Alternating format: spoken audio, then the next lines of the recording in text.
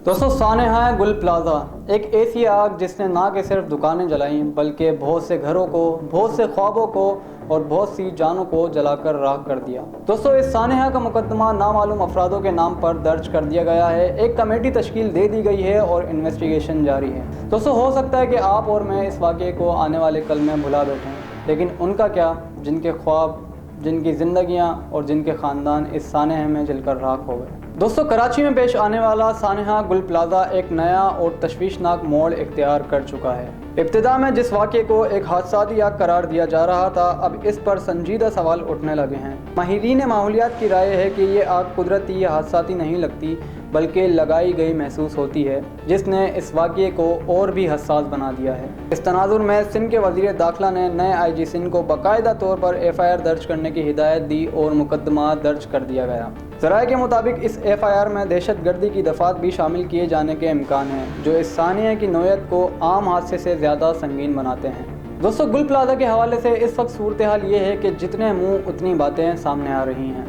कोई इसे short circuit कह रहा है, कोई इसे इंतज़ामी गफलत कह रहा है और कोई इसके पीछे मुनज़्ज़म साजिश की बात कर रहा है। मगर अफसोसनाक बात यह है कि अभी तक असल हक़ाइक़ सामने नहीं आए हैं। इस सानेहा में कई घर उजड़ गए, कई ख़ानदान बेघर हो गए और अरबों रुपए का माली नुकसान हुआ। वो लोग जो बरसों की मेहनत से अपना कारोबार खड़ा किए बैठे थे, चंद लम्हों में सब कुछ राख हो गया। ये सिर्फ एक इमारत का नुकसान नहीं बल्कि ज़िंदगियों, ख्वाबों और ख़ानदानों का नुकसान है। दिलचस्प और साथ ही तशवीशनाक पहलू ये भी है कि ये वाक़या इस वक्त दुनिया भर में मौज़ूए बहस बना हुआ है। सोशल मीडिया और बैनुल अक़वामी प्लेटफॉर्म्स और गैर मुल्की मुबस्सिरीन भी इस पर सवाल उठा रहे हैं। आखिर कराची जैसे बड़े शहर में इतना बड़ा वाक़या पेश आया कैसे, और अगर आया तो अब तक कोई हतमी नतीजे सामने क्यों नहीं आए। माहिरीन का कहना है कि अगर वाकई आग लगाई गई है तो ये महज एक फौजदारी जुर्म नहीं बल्कि शहर के अमन, मईशत और सलामती पर हमला तसव्वुर किया जाएगा। ये भी एक तल्ख हकीकत है कि माजी में कराची में पेश आने वाले कई बड़े हादसा फाइलों में दब कर रह गए और मुतासरीन को इंसाफ ना मिल सका। यही खदशा आज कर गुल प्लाजा के मुतासरीन को भी लाहक है, कहीं ये वाक़या भी वक्त के साथ फरामोश ना कर दिया जाए।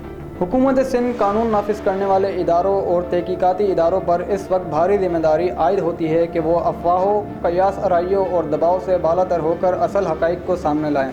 अगर जुर्म है तो मुजरिम को बेनकाब किया जाए और अगर गफलत है तो ज़िम्मेदारों का तयन किया जाए। दोस्तों इस अंधेरे में एक उम्मीद की किरण ये भी है कि सवाल उठाए जा रहे हैं, आवाज़ बुलंद हो रही है और पूरी कौम जवाब चाहती है।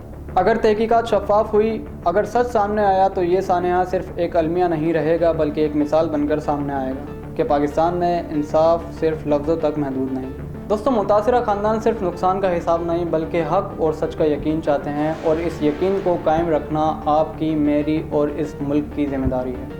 दोस्तों 3P न्यूज़ नेटवर्क के साथ मैं था सलमान जिलानी, फिर मुलाकात होगी। अस्सलाम वालेकुम।